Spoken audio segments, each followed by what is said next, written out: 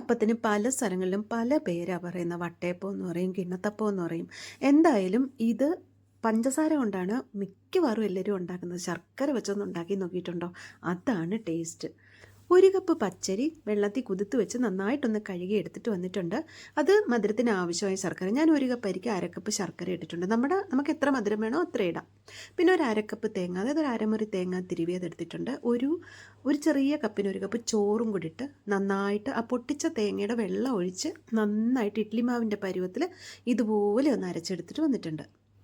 ഇനി അതിലേക്കായിട്ടൊരു 3/4 table spoon east ഇട്ട് കൊടുക്കാം. മധുരമൊക്കെ ബാലൻസ് ചെയ്യാനായിട്ട് ഒരല്പം പഞ്ചസാര ഇട്ട് കൊടുക്കാം. പിന്നെ നിങ്ങൾക്ക് ഏലക്കയുടെ മണം ഇഷ്ടമാണെങ്കിൽ ഏലക്ക പൊടിച്ചത് ചേർത്ത് കൊടുക്കാം. ഞാനിപ്പോൾ ചേർത്തില്ല, കാരണം ഇവിടെ ആർക്കും വലിയ താല്പര്യമില്ല ഏലക്കയുടെ മണം.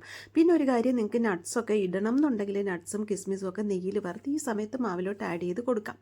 പക്ഷേ ഞാൻ അതും ചെയ്തില്ല, കാരണം എനിക്കിങ്ങനെ പ്ലെയിൻ ആയിട്ടിരിക്കുന്നതാണ് ഇഷ്ടം. ഈ കിണ്ണിയപ്പം എന്ന് പറയുന്നത് പഞ്ചസാര വെച്ചാണെങ്കിലും ശർക്കര വെച്ചാണെങ്കിലും പ്ലെയിനായിട്ട് കഴിക്കുന്നതാണ് ഇഷ്ടം.